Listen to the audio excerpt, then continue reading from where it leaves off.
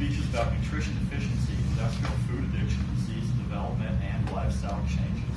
Sean is journey back from California and the challenge he faces in his life and the new adventures to come. His desire to help others gain new perspectives on the way we look at food in society. Everybody, please welcome Sean.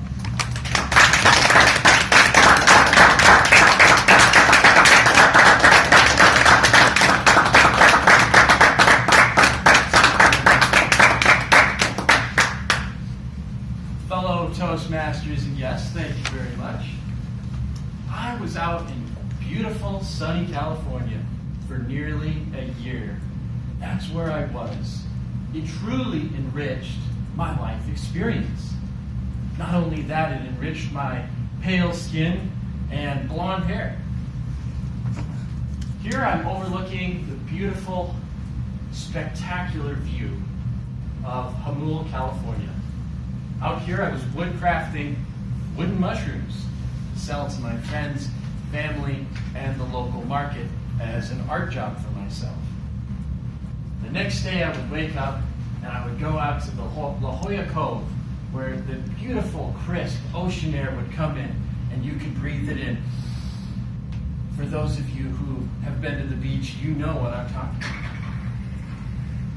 about. Out here I was selling these psychedelic t-shirts.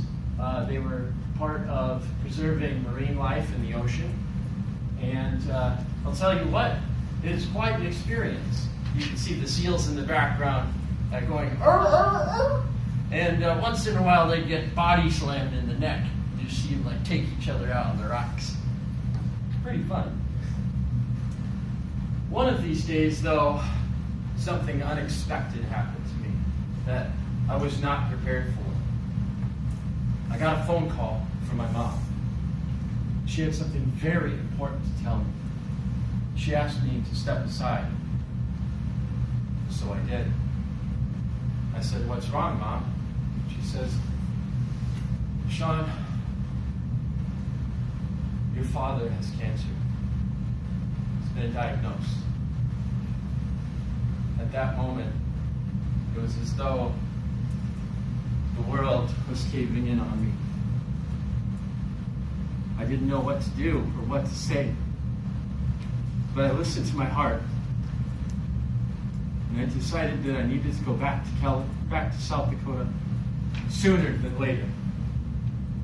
So I made that decision. It was very hard for me because I was going to have to say goodbye to my wonderful friends and family out there that I had made while I was in California. So I did it. I made the 28-hour drive back. I made it here to Sioux Falls, and my family warmly welcomed me back. I was so happy to see my mom and dad, and they were too. My friends encouraged me to go, and that's what I did. They knew I could help my father if he was open to listening. I knew, luckily, a lot about health and nutrition, wellness. And someday I was thinking about doing health coaching because it was so meaningful to me. And for the first time in my life, my dad was willing to listen to what I had to tell. And I also want to share that with you guys today. You see, I don't believe we have to wait until there's a catastrophe in our life to have to change something about ourselves. Because when we lack the nutrition in our diet and lifestyle changes we need, things can happen and crop up. So, we looked at the studies, we looked at the information. What could we do for my dad to get his cancer to go into remission, to help his other health ailments out, and to help support my mom and give people hope? We did the studies and looked at it, and it showed that going on a whole food, plant-based diet with absolutely no animal products was his best chance. So guess what? We did it. We started him off. We got him onto beets, carrots, all kinds of wonderful fruits and vegetables. And we wanted to cram as much as we could in every single day. So we got a masticating juicer that cold presses the juice straight into the container there for him to have every day. And I wake up every morning and I make it for him. We've been doing this for 4 weeks now. He's lost weight, his blood pressure's down, and a variety of other health issues are improving quickly. we've completely eliminated the American diet that he's been having for the last 30 and 40 years. This is a big change for someone to take what they're putting into their mouth and put it down and listen. What's going on is very difficult for us to change because there are billion-dollar industries set up to keep us addicted to certain types of foods. There's engineers, chemical engineers, there's analysts, there's people that take all their time and energy to make sure that this food smells good, tastes good, looks good. They're called flavorologists. They spend every day doing that. These foods have sugar, fat, salt, monosodium glutamate. They have artificial sweeteners, aspartame, a variety of other chemicals that keep our brain stuck on this food. That's why it's so hard for him to make that change. It's not an easy one to change, and it's not easy to talk to people about either. So, with that being said, I brought you guys a little sample today to see what I'm talking about. Very specific. Just one food. This is apple juice. This one's clear. This one is full of color. As you guys can see that here today. One of them is from Mott's apple juice. As you can see here, nothing's been done to it. I've only poured it for you. The other one I cold pressed just a few hours before here. I refrigerated it and made sure it was sterile as could be. So, without further ado, if you guys could go ahead and give it a try, tell me what you think of the difference.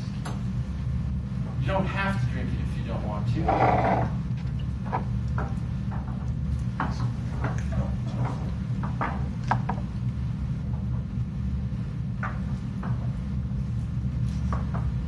What do you think, Terry?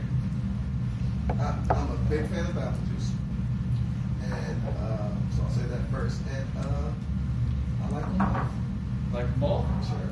I think this one though feels more rich and full of like nourishment. This is kind of like thin and just like Water. just kind of went down. But this one feels like it just like has more more nourishment. Exactly. And that's the point. That is the whole point. I hope you all can taste the extra richness that it has in it. This is because of the industrial processing that is going on with our food every day that we don't get to see, out of sight, out of mind. So what's happening is that food is being destroyed through the processing it goes through.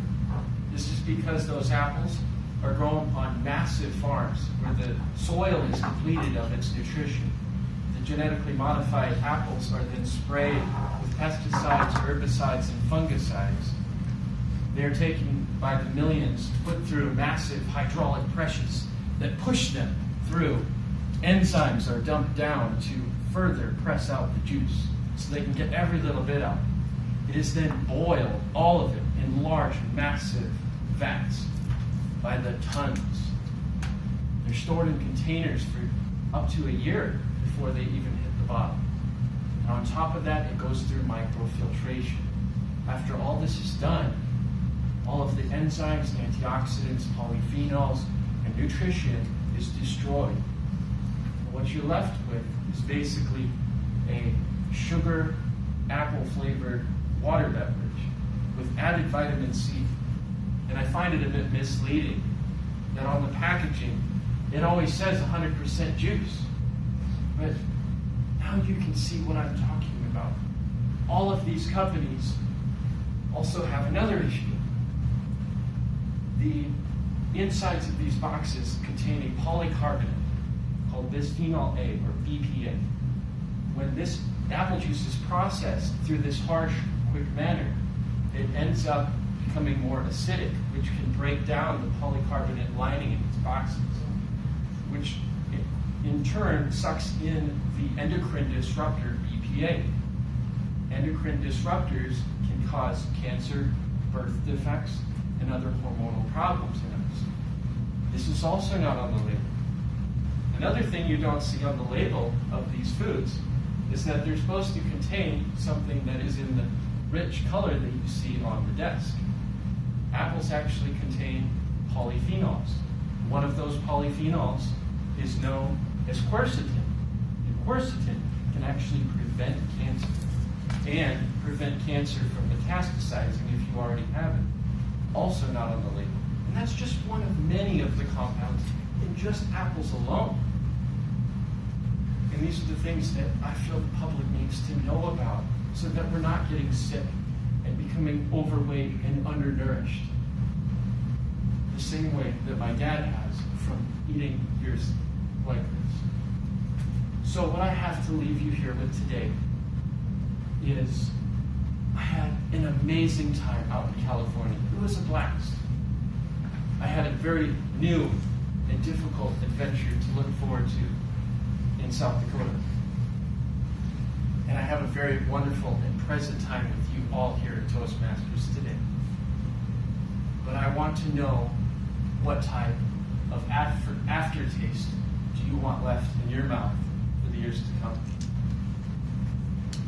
You have one body to take care of in this lifetime, and I feel that this is so important. Don't wait until it's too late. Thank you.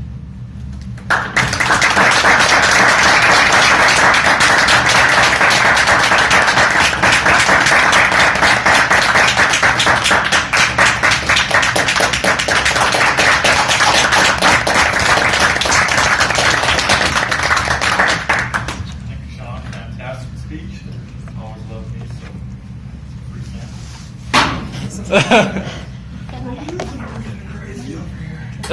I love the variety of speeches that we have at Toastmasters. For our new folks, you can talk about whatever you want at Toastmasters. There's no free